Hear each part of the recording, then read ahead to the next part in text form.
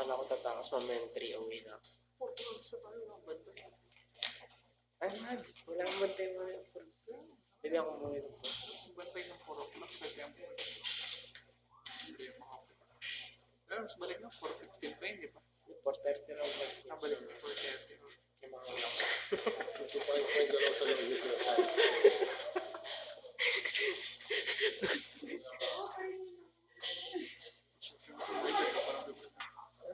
Sige, close mo. Gusto ko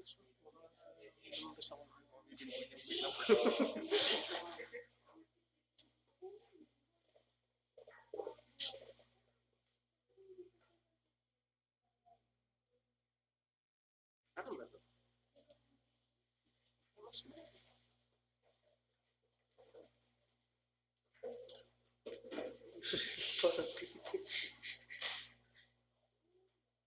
Wala ko dyan. Naka-live tayo. Wala ko hindi kakita.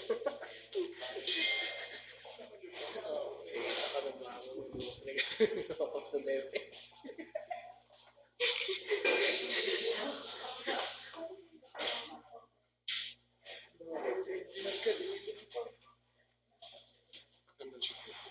Hindi pala sa akin to. Uy, akin yan. Parang tayo nag-kiss na nga tayo kagad. Hindi ko naman sinot.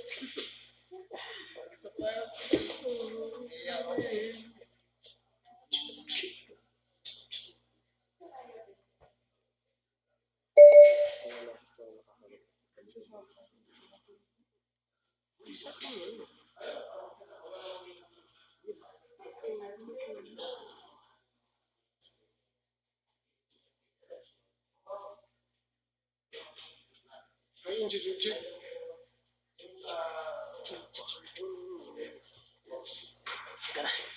Let's go. si Director Rivera pa. Mabilis na yun.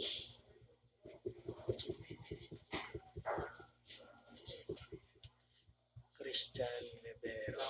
Christian.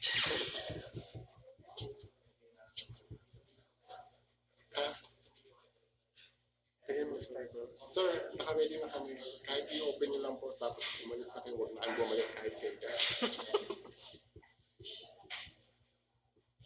Then kunwari nag-intermittent na yung kanyang ano.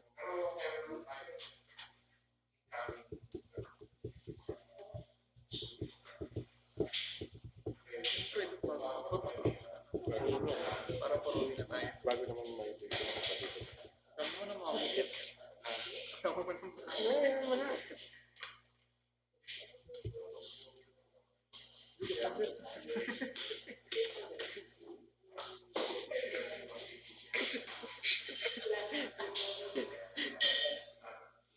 Yeah, ready down pa tayo.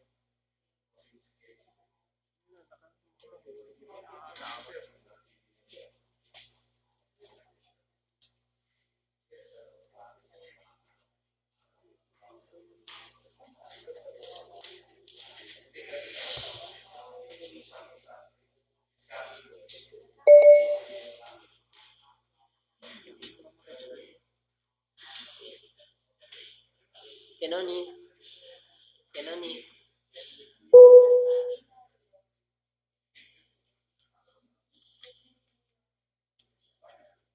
Pin ko dito sa ano. May asa ng back attendance.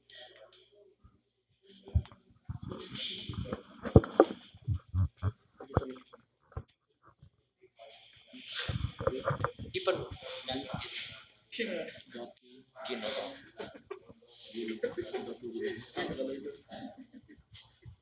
Ngayon. Gago pa nakita tayo sa video mag-share screen.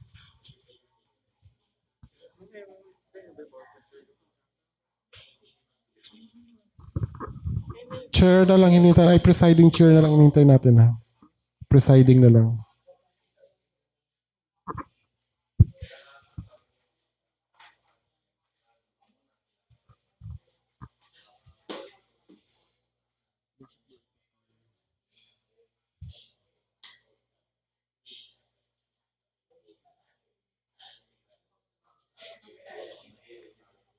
Matagal yun. Ano yan eh, Kung walang check baggage ba yun?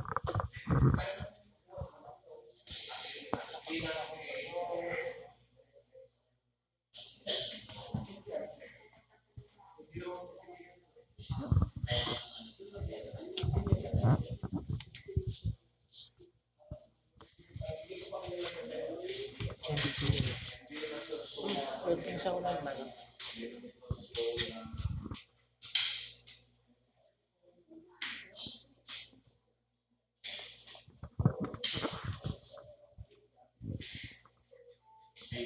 Pero hindi pa siya naka-online. Ay, hindi pa siya nakapasok.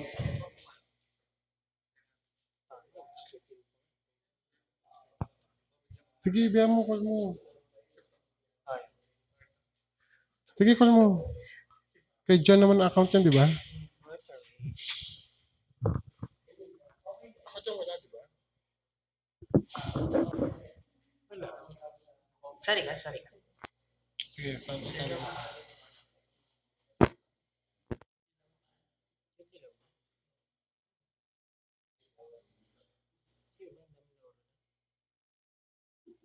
Wala sila. Nagpili ka na ng account? Sorry.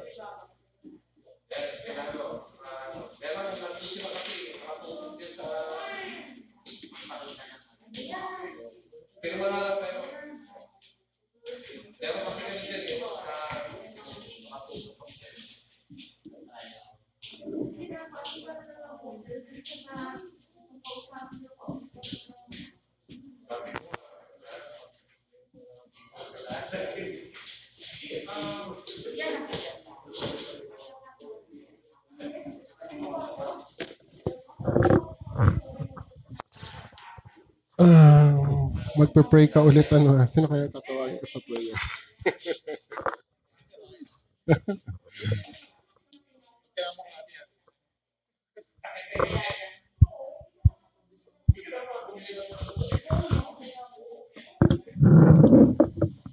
Nandiyan na siya. Gusto ko ikaw mag-preliminary. Yan, welcome to the Mr. Chair. We are joined by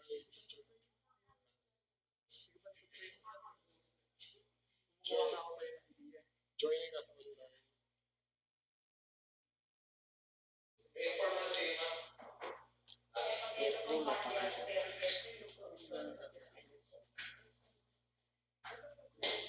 Huwag mo pipindutin yung nakaplay yan ha. Huwag mo pipindutin yung nakaplay.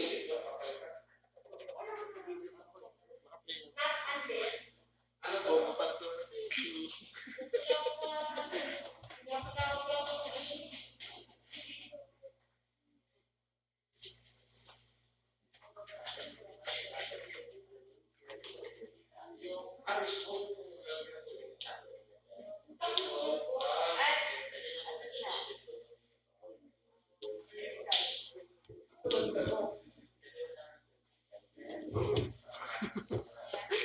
Dito, dito. Hindi pa. Parang ganito ba? Tatamaan pa yung ano ko. Saan ko naman? Ay, ko wala na.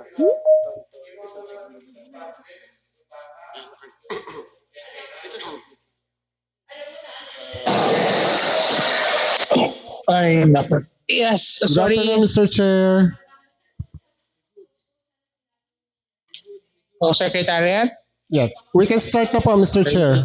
ready to proceed. Sorry for the... Recording. We can start na, Mr. Chair.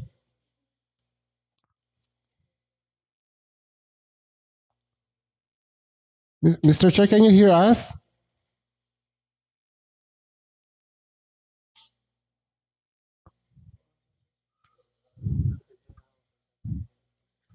Mr. Chair, can you hear us? Wala akong marinig. No? So, baka wala pa naman Mr. Chair, can you hear us? na akong marinig. I need Mr. Chair, can you hear us? Saan ka nakikita? Can you hear us?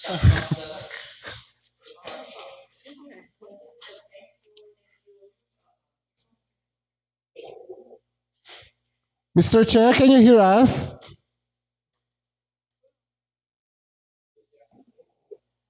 Mr. Arvin, can you hear us? Sir Arvin? Yes, sir. Okay, thank Yes, sir. you. Sir, Mr. Chair?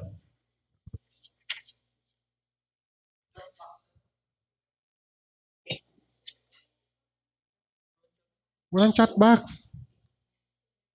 Oh my God, nawala yung chat box. May pentel pen ka, lagay mo sa video. Ay, sa ano.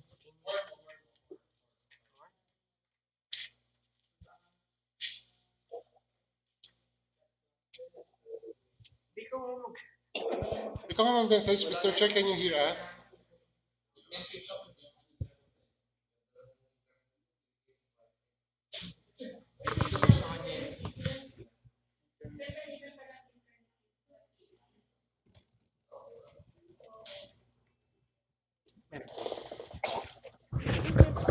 Mr. Chair, can you hear us? Mr. Chair?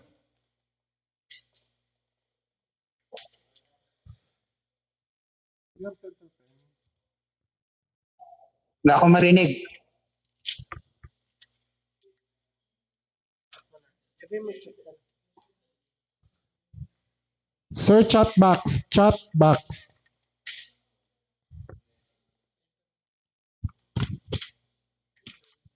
Sir, sa chat box, sir. Kaya sa camera niya. Chat box. Di dyan sa... Dun sa ano. Nakikita ba yan? Ayan ba? SOS.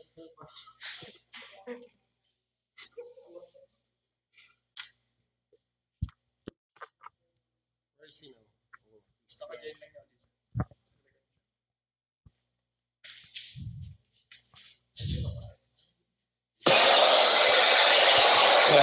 Hi, Mr. Chair. Good afternoon. Okay. Sige. Good afternoon. Hindi na ako mag-ano, headset. Ano ko na lang, yes. Okay. Thank you, Mr. Chair. We can start na po. Okay. I can hear you. Oo, hindi na ako nag-headset. Okay, thank you, Mr. Chair. So, Mr. Chair, we are now having a pre-bid conference for the procurement and delivery of parade uniform, training and competition uniform, and rubber shoes for the ASEAN Schools Game 2023. Mr. Chair, Okay. go So ahead, let's Mr. start, Chair. Secretariat, with the prayer. Thank you, Mr. Chair. So, may I now call Mr. Joshua Mercado to lead us a prayer. Let us pray. Loving Heavenly Father, we come to you this hour asking for your blessing and help us we are gathered together. We pray for guidance in the matters at hand and ask that you will clearly show us how to conduct our work with a spirit of joy and enthusiasm. Give us the desire to find ways to excel in our work. Help us to work together and encourage each other to excellence. We ask that we will challenge each other to reach higher and farther, to be the best we can be. We ask this in the name of the Lord Jesus Christ. Amen. Thank you, Mr. Joshua. Mr. Chair? Sir, nakamute po kayo. Sorry. Okay, thank you, Secretariat. Can you please verify if we have the quorum to proceed with the pre-bid conference? Thank you, Mr. Chair. Now, the Bids and Awards Committee for this project is the Bids and Awards Committee 4, chaired by Director Rusty Asias, and the Vice Chairperson is Director Christian E. Rivera, now presiding. With him are two provisional back members. Joining us physically here in the venue is Engineer Mark Joseph Kalilong. Good afternoon, Engineer. Joining us online, we have Sir Arvin Venezuela. Good afternoon, Sir Arvin. Good afternoon, Sir Lau. Good afternoon, everyone po. Thank you. Mr. Chair, we already have a quorum and the back secretariat is now ready to take the minutes of this pre-bid conference. Mr. Chair. Mr. Chair, you're on mute.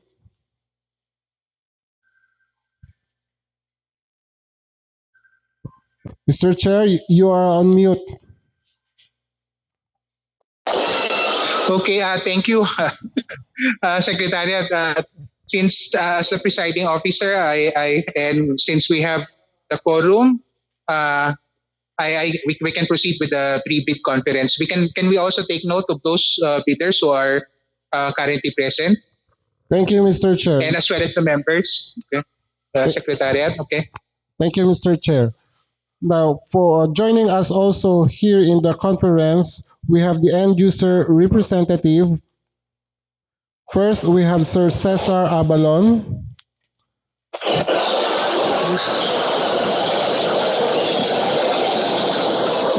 Mr. Vic Dating Ginoo,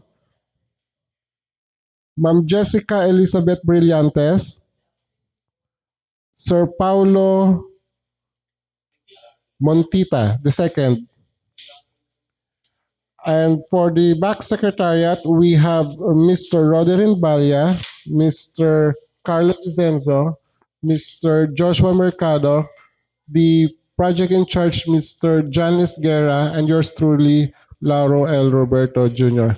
Joining us also is the prospective bidders. First, from Kai Fashion Philippines, we have Miss Heda Sanchez. Good afternoon, ma'am. Another prospective bidder from Alpha Quality Express, Miss Eliza Calapi. Thank you. Good afternoon to each and everyone. That's all, Mr. Chair, for all the participants for this conference. Mr. Chair. Mr. Chair, you're on mute. We Secretariat, do we have invited observers who join us for this afternoon? Thank you, Mr. Chair. Now, for this proceedings, Meron ba tayong representative from the civil society as well as the like what happened this morning from COA? Thank you, Mr. Chair. Now, for this conference, we have invited our observers through our letter dated June 2, 2022. Sorry, 2023. We have invited civil society organizations such as the NAMFREL, ASEAN Foundation Incorporated, Philippine Chamber of Commerce and Industry, and GWatch. We also invited the Commission on Audit. Unfortunately, no one in attendance. Next slide. Mr. Chair, the end user for this project is the Bureau of Learner Support Services, School Sports Division. The source of fund for this project is FY 2023 PFSS, or the current funds. The back through its secretariat posted the invitation to bid simultaneously in PhilJEP's DepEd website, Facebook, and DepEd Bulletin Board last June 2, 2023. This private conference. Okay. So now, Secretariat, can you now brief us about the procurement? Thank you, Mr. Chair.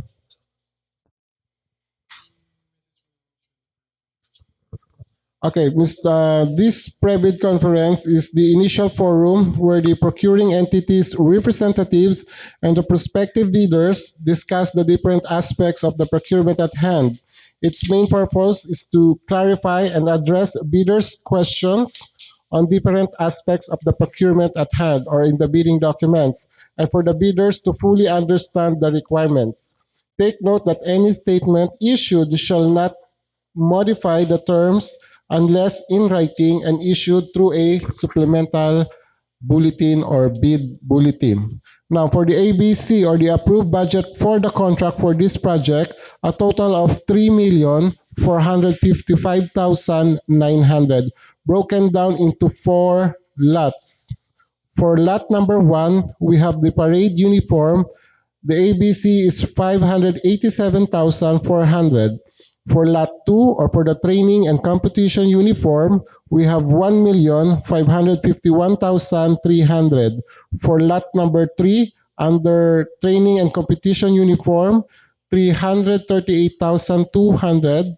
And for lot 4, rubber shoes, 979,000. The Backtrace Secretariat started issuing the bidding documents last June 2, 2023 at the cost of for lot number 1, 900 pesos. For lot number 2, 2,200 pesos. For lot number 3, 500 pesos. For lot 4, 1,400. A total of 5,000 if you are going to bid for all the lots. But the bidding documents may be downloaded at the following websites. First at PhilJeps or notices.philjeps.gov.ph or at www.deped.gov.ph. As of June 9, 12 noon, today, there are no bidders, prospective bidders who have bought the bidding documents. But this pre-bid conference is open to all interested parties who have or have not bought the bidding documents. Now, for the salient points of the bidding documents, may I now turn over the floor to the project in charge, Mr. John Carlo Estrada. Esguerra pala, sorry.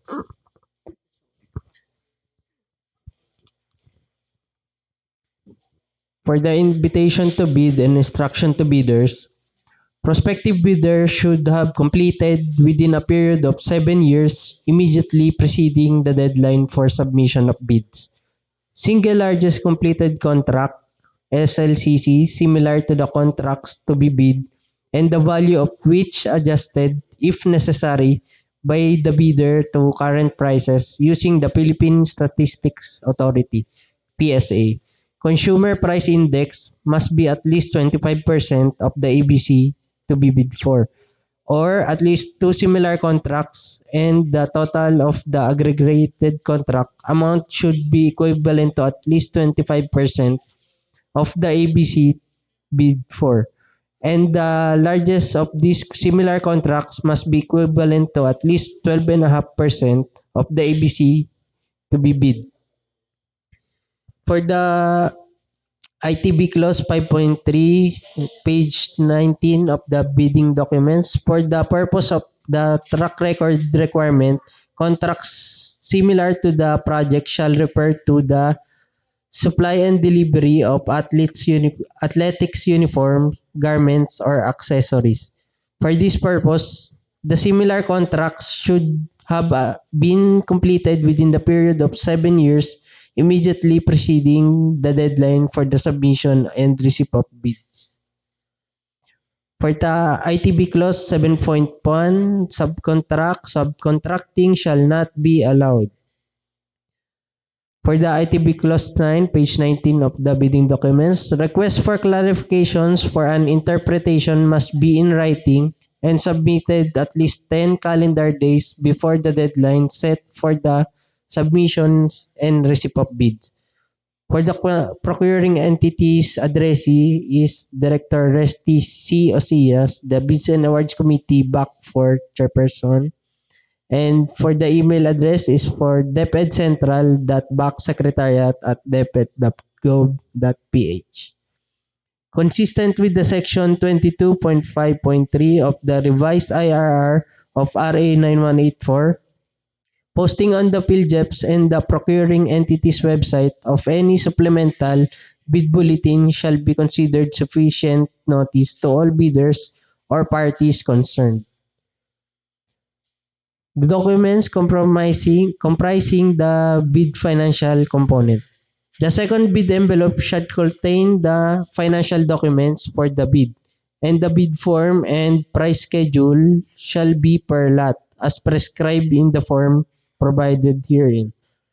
The price of the goods shall be quoted DDP, DepEd Central Office, or the applicable international commercial terms, Incoterms, for this project.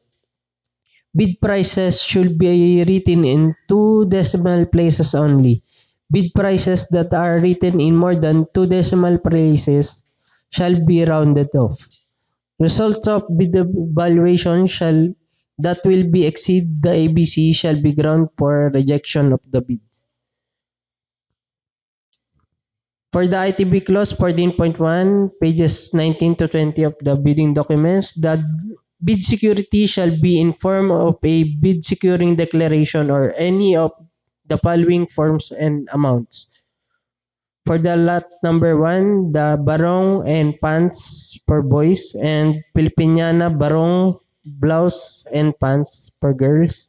The cost breakdown of the approved budget contract is 3.4 million and the ABC per lot for lot number 1 is 587,400.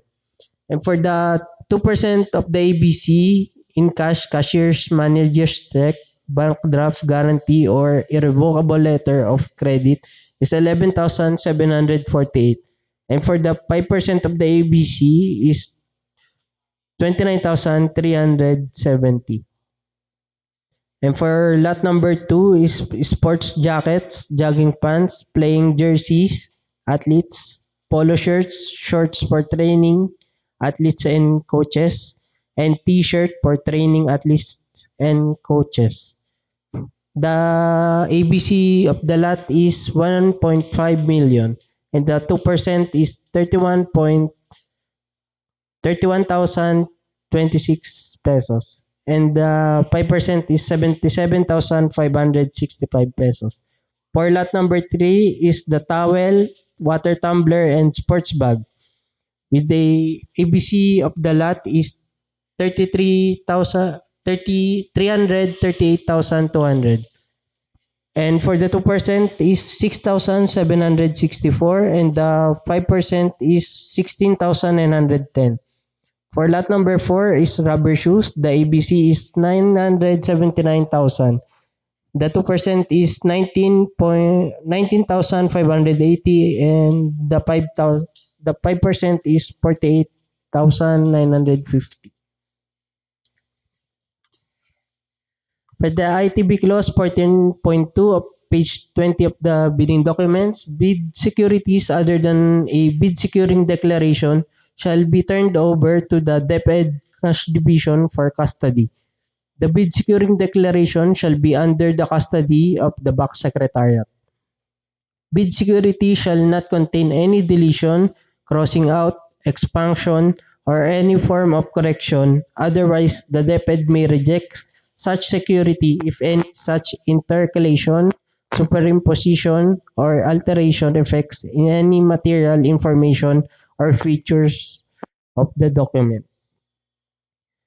Prospective bidders shall enclose their original eligibility and technical documents in a sealed envelope marked as original technical proposal. Copies thereof shall be similarly sealed in envelopes marked as copy number 1, technical proposal, and copy number 2, technical proposal.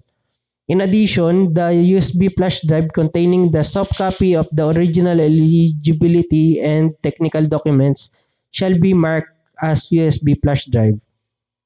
The said envelopes containing the original and the copies and the flash drive shall be then enclosed in one single envelope marked as technical proposal. On the other hand, the original of their financial documents shall be enclosed in another sealed envelope marked as original financial proposal. Copies thereof shall be similarly sealed in envelopes marked as copy number 1, financial proposal, and copy number 2, financial proposal. The USB flash drive containing the soft copy of the original financial documents shall be marked as USB flash drive. The said envelopes containing the original and the copies and the flash drive shall be then enclosed in one single envelope marked as financial proposal. Further, the envelopes marked as technical proposal and financial proposal shall be enclosed and or sealed in outer envelope marked as mother envelope. Any discrepancy between the hard paper copies and the copies contained as presented in the USB flash drive shall be ground for disqualification. Original copies of the Class A eligibility legal documents such as the SEC, DTI, or the CDA registration certificate and the mayor's permit may not be submitted on the date and the time of the bid submission.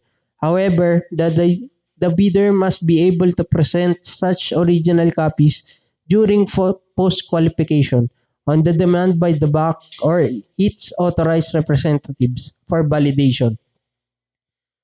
To facilitate the receipts and classification of bid envelopes, mother envelope shall be in color red, the inner envelope containing the technical proposal shall be in color blue, and the inner envelope containing the financial proposal shall be in color green, and the post-qualification documents shall be in color brown.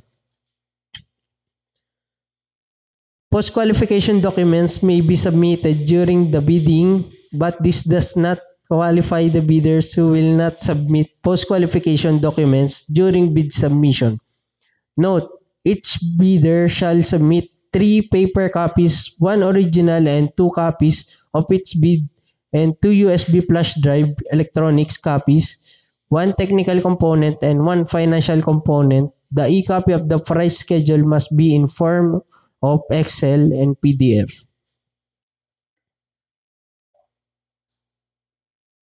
Unsealed or unmarked bid envelopes shall be rejected. However, bid envelopes that are not properly sealed and marked as required in the bidding documents shall be accepted, provided that the bidder or its duly authorized representative shall acknowledge such condition of the bid as submitted. The bank shall assume no responsibility for this misplacement of the contents of the properly sealed or marked bids for its premature opening. Online submission of bids is not allowed. Flashes on the screen po on. How will you seal and mark your bids po? The same is can be viewed po sa bidding documents. For ITB Clause 19.5, the computation of NFCC. For purposes of computing the foreign bidder's NFCC, the value of the current asset and current liability shall be based on their audited financial statement prepared in accordance with international financial reporting standards. If the prospective bidder submits a committed line of credit, it must be at least equal to 10% of the ABC of the item bid for, provided that if the same is issued by a foreign universal or commercial bank, it shall be confirmed or authenticated by a local universal or commercial bank. In any case, the NFCC computation or committed line of credit, as well as the SLCC, must be sufficient for all the item or contracts bid. The NFCC computation shall be in accordance with the prescribed form. In case of a joint venture, the NFCC shall be computed based on the audited financial statement of the local lead partner, unless it is shown by clear proof that the other partners to the joint venture have infused capital investment to support the operation of the local lead partner to ensure the compliance with obligations under the contract in this project, in which case the NFCC of the foreign joint venture or the minority partner of the joint venture shall be computed. For this purpose, the local lead partner shall be that person, organization, company identified in the joint venture agreement or in the letters of intents shown to have the controlling stakes in the JV.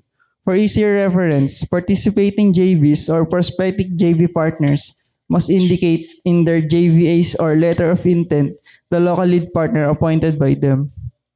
For ITB Clause 20.1, for post-qualification, within a non-extendable period of 5 calendar days from receipt by the bidder of the notice from the bank that submitted the lowest calculated bid, the bidder shall submit the following requirements: latest income and business tax returns, printed copies of the electronical filed income tax and business tax returns, with copies of their respective payment confirmation forms for the immediately preceding calendar or tax year from the authorized agent bank. Only tax return filed and taxes paid through the BIR electronic filing and payment system shall be accepted. Note that the latest income and business tax returns are those within the last 6 months preceding the date of bid submission. One sample of each of the following: barong and pants for boys and Filipiniana barong blouse and pants for girls. Sports jacket, jogging pants, playing jersey, polo shirts, shorts for training, t-shirts for training, towel, water tumbler, sports bags, and rubber shoes. Other appropriate licenses and permits required by law and stated in the BDS. During post-qualification, upon demand by the BAC or its representative, a bidder with the lowest calculated bid shall be able to present and submit documents to verify or support its statement of ongoing and or statement identifying its single largest completed contract, which may consist of the following: appropriate and clear duly signed contracts, purchase orders, agreements, notices of award, job orders, or notices to proceed, with the corresponding duly signed certificate of completion, delivery receipts, inspection and acceptance reports, certificates of final acceptance, or official receipts. For validation purposes, original copy Class A eligibility documents, certified true copy documents as issued by the certifying and authorized agencies. During post-qualification, compliance of the goods offered with the requirements specified in this bidding document shall be determined, including the following.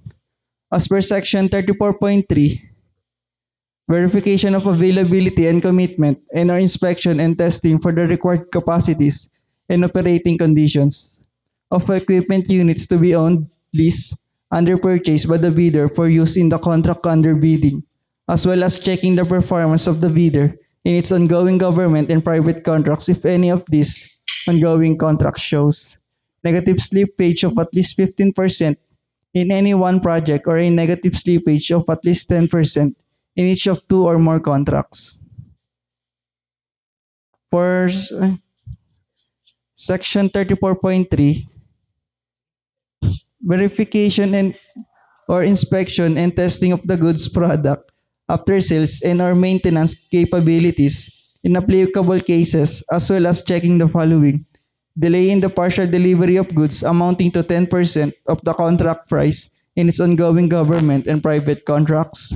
If any of these contracts show the bidder's failure to deliver or perform any of all the goods or services within the period specified in the contract or within an extension thereof, granted by the procuring entity pursuant to a request made by the supplier prior to the delay, and such failure amounts to at least 10% of the contract price, or unsatisfactory performance of the supplier's obligations as per contract terms and conditions at the time of inspection.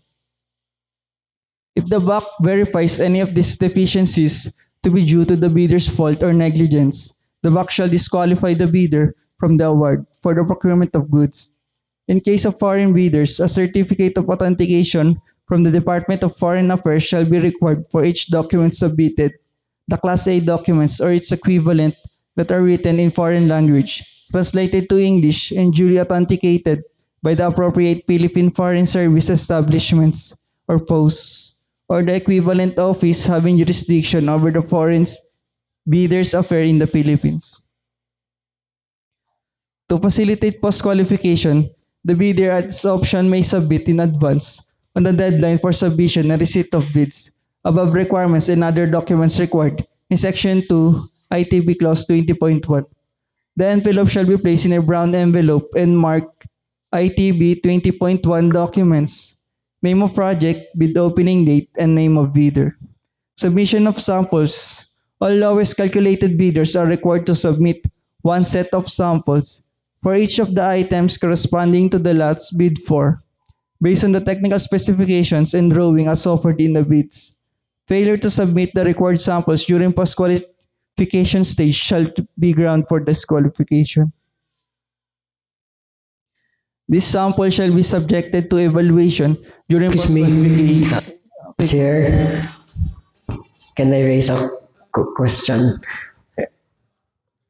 Yes, yes. Yes, Mr. Chair, regarding sa NFCC, kasi dun sa ITB clause, di ba, at least equal to the ABC to be bid.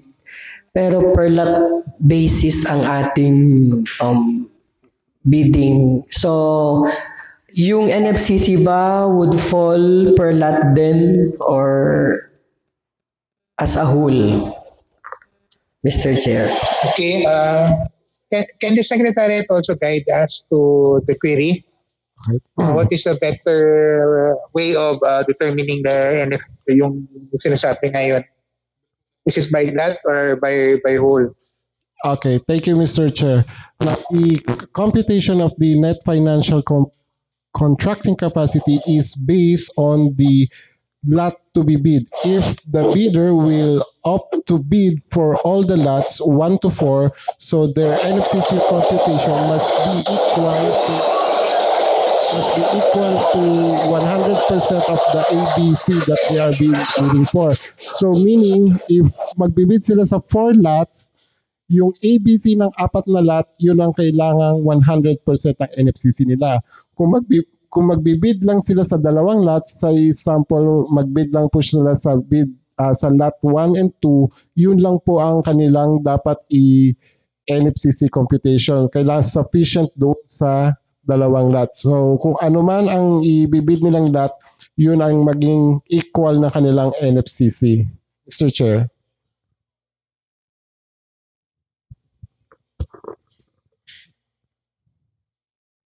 Mr. Chair, you're on mute, Mr. Chair.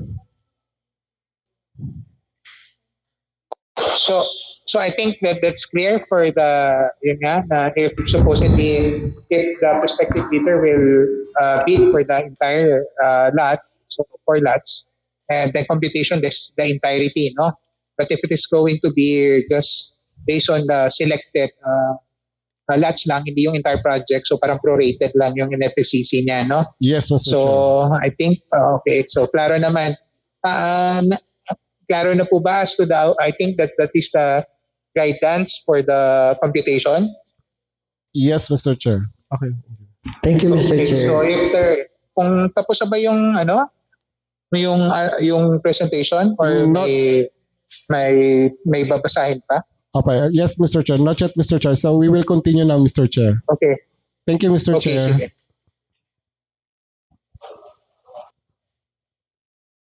For continuation po, this sample shall be subjected to evaluation during post-qualification. The Technical Working Group, TWG, shall evaluate the said samples to determine compliance with the required technical specifications subject to the approval of the Bids and Awards Committee, BAC. Failure to comply thereto shall be ground for post-disqualification. Replacement of sample is not allowed.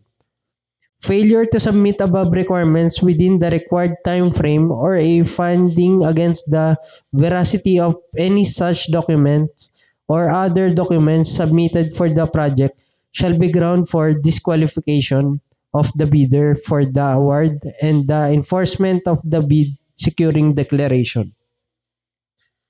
100% of the contract price shall be paid to the supplier in accordance with the existing government disbursement procedure within 60 days after the date of delivery and acceptance of the goods at the delivery site and upon submission of the following documents. 1. Quantity of goods delivered based on the schedule of the delivery and other relevant terms and conditions of the contract. 2. Duly signed delivery receipts and inspection and acceptance reports, including certification by supplier as approved by the duly authorized DepEd representative that the goods have been delivered and or properly installed and commissioned in accordance with the contract. Other delivery documents as may be subsequently prescribed by the DepEd shall be provided by the supplier. Release of the retention money shall be at the expiration of the warranty period or the remaining amount in case it has been utilized pursuant to the warranty provision. Note, the supplier must furnish copy of the above-mentioned documents to DepEd Accounting and the End User Bureau of Learner Support Services, School Sports Division, and the Contract Management Division of the Procurement Service Central Office.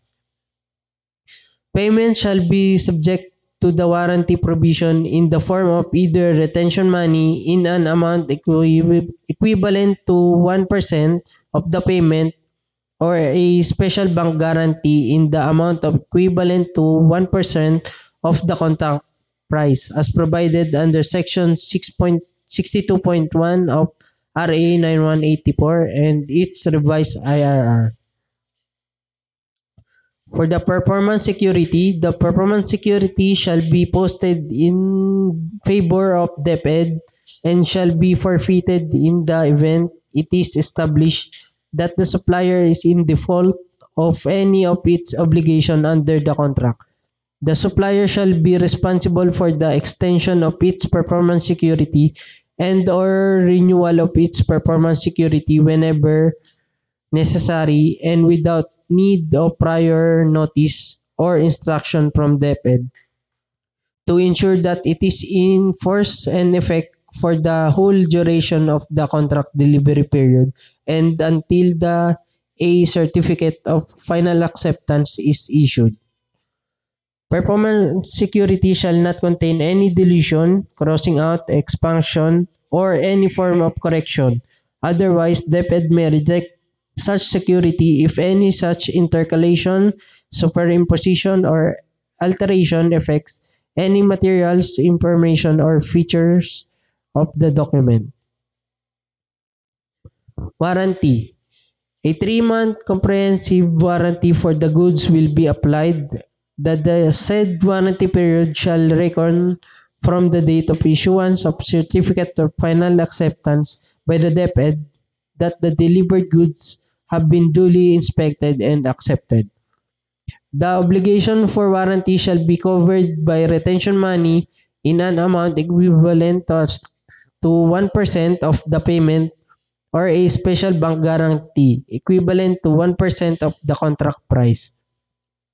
Replacement of the goods may be requested within 7 calendar days from the date of acceptance of goods by the DepEd. Replacement shall be made within 2 to 3 calendar days upon claim or request therefor. In case of the supplier, for the retention money, the amount shall only be released after the lapse of the entire warranty period unless during the remainder of the warranty period, the retention money is substituted with a special bank guarantee as prescribed above. The special bank guarantee shall not contain any deletion, crossing out, expansion, or any form of correction. Otherwise, the DepEd may reject such security if any such intercalation, superimposition, or alteration affects any material information or feature of the document. For the schedule of requirements, this is the list description of goods and services. For the lot number 1 for the parade uniform, the barong and pants boys, and Filipiniana barong blouse and pants for girls. The quantity is 178. The unit of measures is set.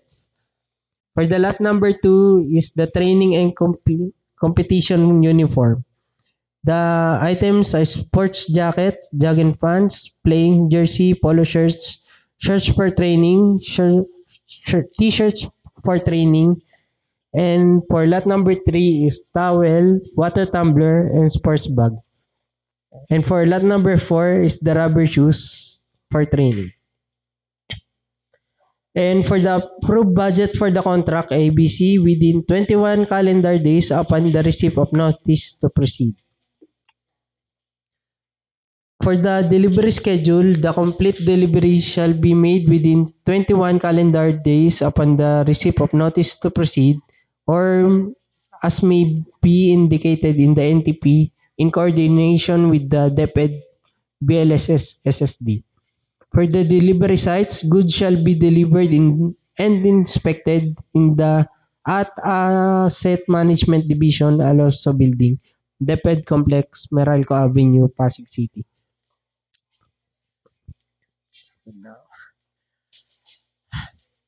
For the technical specifications, the bidders must state either comply or not comply against each of the individual parameters of each specification, stating the corresponding performance parameter of the equipment offered. Statement of comply or not comply must be supported by evidence in a bidder's bid and cross-reference to the evidence. Evidence shall be in form of manufacturer's unamended sales literature, unconditional statements of specifications, and compliance issued by the manufacturer. Samples, independent test data, etc. As appropriate, a statement that is not supported by the evidence or is subsequently found to be contradicted by the evidence presented will render the bid under evaluation liable for rejection.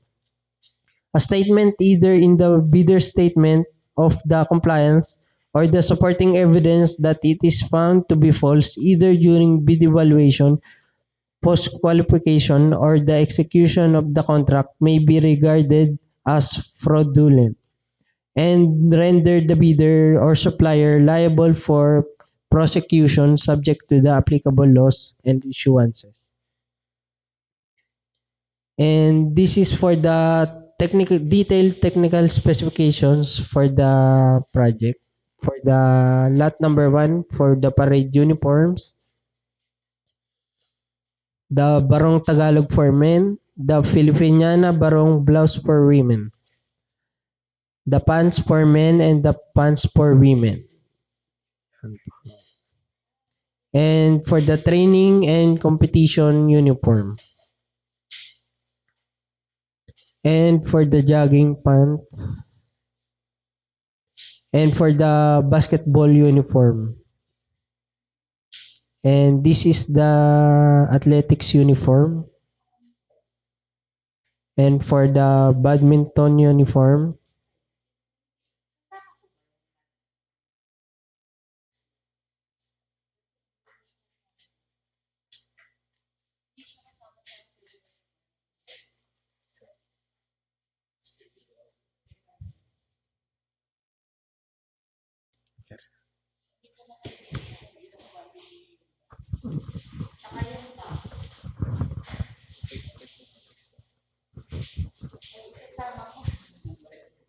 Okay, hold on.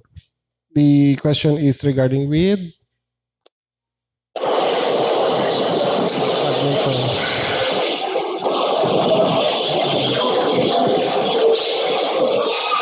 Okay. This is last part na ng bidding documents, no? Ano po, tapusin lang namin and then we will go to the open forum po. Thank you. Tapusin mo muna. And this is for the technical specification for the swimming cap, for the pencak silat uniform, the polo shirts, the sports for training, athletes and coaches, the t-shirt for training, athletes and coaches, the towel, the water tumbler, the sports bag, and the rubber shoes. For the no contract rules, Section 32.1 of the IIR of RA 9184, members of the BAC, including its staff and personnel, as well as its secretariat and TWG, are prohibited from making or accepting any communication with any bidders regarding the evaluation of their bids until the issuance of the notice of award. However, the BAC, through its secretariat, may ask in writing the bidder for a clarification of its bid.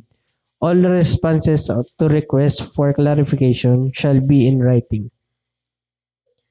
For the deadline for submission and opening of bids, June 21, 2023, 1:30 p.m. The venue is PSC Conference Room, 4th floor, Building A, Philsports Complex, Meralco Avenue, Pasig City. Late bid shall not be accepted. For the deadline for letter for clarifications is June 9, 2023, 5 p.m.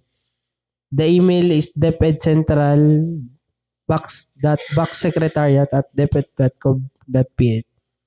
Note that use your official business email in sending your queries and or clarifications. That's all. Mr. Chair, we are now done with the discussion, with the presentation of the salient points of the bidding documents. You may now open the floor for the queries, Mr. Chair. Okay, for the prospective bidders, no? This is the we can commence with the open forum. If you have questions, kindly raise them. Yes, Mr. Chair, and we will relay it to the end user for the answer, Mr. Chair. Okay, the question is now from. Good afternoon, sir. This is Heda from Kai Fashion. Regarding po Yes. okay po. Sa parade uniforms po, ang sizes ba nito small, medium, large lang? Together with all the Apo. And also all the training and competition uniform. For the rubber shoes, kayo na rin po magpo-provide ng size? Yes, we'll provide it through issuance of bid bulletins. Every uniform, we will provide the necessary breakdown. With respect to your inquiry about yung kanina, ano, we will further break down the playing jersey kasi parang naipasama dito yung sa caps and badminton. Yeah. We further breakdown kung ano yung mga playing uniforms. Basketball, gano'n. Ay, sir, sa ano na po yun? Sa bid bulletin? Yeah, good bulletin. Through, and also with the sizes. Kung ilan yung large, kung ilan yung small, medium. And last lang po, only doon sa winning bidder, siya ang magbibigay ng sample. Hindi po upon submission ng bid. Sa winning bidder lang po. Thank you po. Eh, sir, sa ano na? We will clarify on the sample. Thank you. Mr. Chair, we will clarify on the submission of sample. Only those bidder who will be declared as the lowest calculated bid ang magsasabit ng sample. So pag nakatanggap po kayo ng notice sa Bids and Awards Committee that you are the lowest calculated bid for that lot, then you will be required to submit a sample. You not need to submit a sample during bid opening, but on the post qualification stage. Okay. Thank you. Thank you, Mr. Chair. Another question, please. Mr. Chair, another question from another prospective bidder. Sige, proceed. Are there more other questions?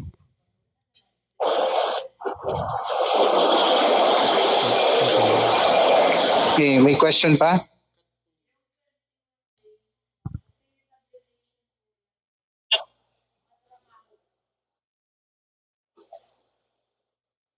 Okay, the question is there any possible that we will extend the delivery period? May we ask for a comment from the end user, Mr. Chair?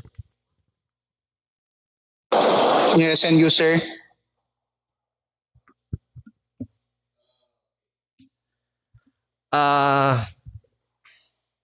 Calculating, sir, the supposed to be kasi ang schedule ng ASG ay August 6 to Yeah, 21. 21. Yeah, counting back,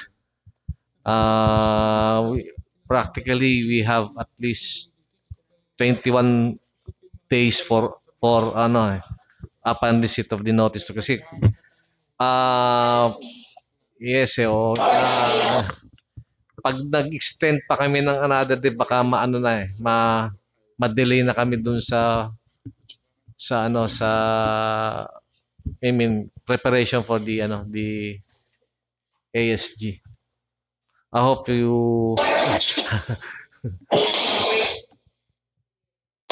So the end user would like to strictly abide with what is uh, reflected there, which is yung delivery date hindi siya ma-extend, no? Considering na medyo press siya for time.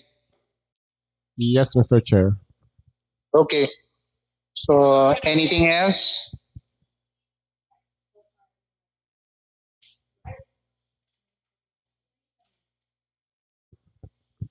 Another question, Mr. Chair, from a prospective bidder. Hi sir, good afternoon. Proceed. Ah, Yes, good sa afternoon. June 21 po yung opening ng bid. So, if ever na ano, para makapag-adjust kami, yung NTP or NOAA is hanggang kailan po sila ano? Okay. Secretariat, sagot. Yes, Mr. Chair. Okay, we will let you show our proposed timeline for this project.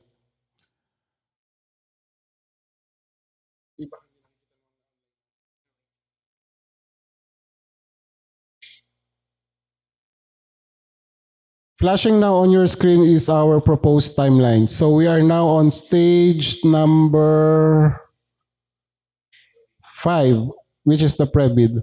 After 12 calendar days, which is provided by the RA 9184, we will conduct the submission and opening of bids, which is on June 21. That same day, we will immediately evaluate your bids.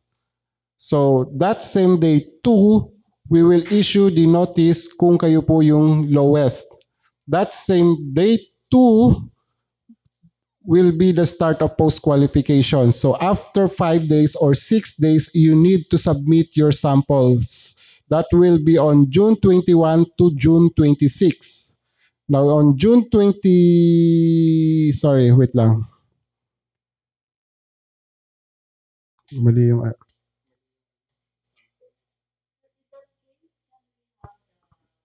you have until, hold on. Post-qualification June 21, 21 plus 5. 6, 27, ang submission mo ng sample, 21 to 26 din. 21 to 26. Oo, gayahin mo lang yan. Go. I-copy mo lang yung sa taas. 6. So yung submission nyo ng sample is, will start pag nag-issue na kami ng lowest bidder, lowest calculated bidder. So that will be between June 21 to 26. Then the approval of the resolution will be June 27 to 29. So our target issuing the notice of award will be on June 29. And then the contract preparation or the purchase order will be on July 6 until July 6. So most likely until July 8, makapag-issue na kami ng notice to proceed. That will start the contract duration. Pero there will be a chance na ma-lessen namin or ma-shorten pa namin yung period kasi pwede pa namin bawasan yung days for post-qualification if nag-submit kagad kayo ng samples, and we are begging you to please submit kagad yung samples para ma-evaluate kagad, and then yung resolution to award, the approval, pwede namin ipa-fast track pa yan doon sa aming mga approving authority, baka makuha rin namin yun ng just 1 day, as well as the preparation of the purchase order, yung 7 days na inalat namin ay baka makuha pa namin ng 2 to 3 days. So baka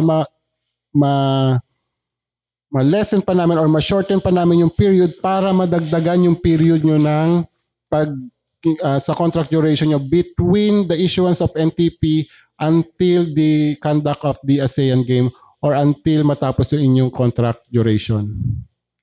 So are we good on that po? Okay, thank you. Any other question, please?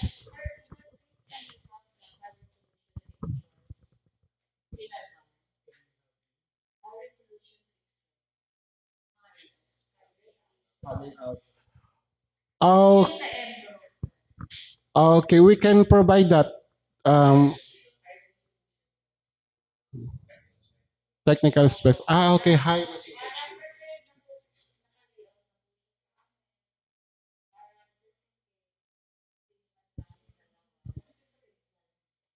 Can we give that, sir?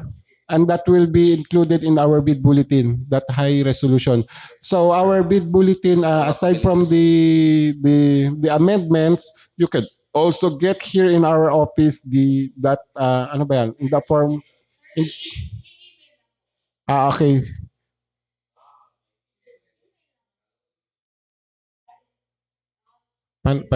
Paano ba yun? Okay. Go ahead, sir. That's also my suggestion, Mr. Chair, to have it upload in a Google Drive. Ang concern na lang namin, Mr. Chair, is when we submit these high resolutions and then yun po. So, to meet the deadline. Okay, I think the suggestion naman is noted. Baka Secretariat, we can at least respond to that suggestion Okay, Mr. Chair. as to upload it. No? And then I think the commitment naman of this back, since the end user has expressed na talagang kailangan to, I think we will try to, if possible, compress so that at least would allow na yun nga matapos din on time yung ano. So I think that is the commitment of the back as well as with yung mga offices concerned with, sa procurement na to. Yeah. Okay. Duly noted, Mr. Chair. So, are there any other question? I think none. Okay. Okay. So, there are no more questions, Mr. Chair. Okay, so if there is no more question, and I hope the prospective bidders have noted the timelines, no, when they should be able to submit, etc. Okay, so if there are no more concerns, questions, Engineer. adjourn the pre-bid conference. Mr. Chair, just an additional information para sa bid bulletin. Okay. Mr. Chair, dun sa schedule of requirements, yung tanong ng prospective bidders, kasi merong uniforms, meron siyang different uniforms, pero hindi siya hindi siya listed doon sa ating schedule of requirements. So may I know from the end user po, if the uniforms are included in the playing jersey athletes category? End user, please answer the query. So, Chair, as I mentioned a while ago, we will include that the breakdown of each specific items on playing uniform, together with the sizes and numbers. Thank you, Mr. Chair. Okay. So, meron pa ba? May questions pa? Okay, kung wala na, again, may I hear a motion to adjourn the pre-bid? Yes, Mr. Chair. Mr. Arbin, we are good?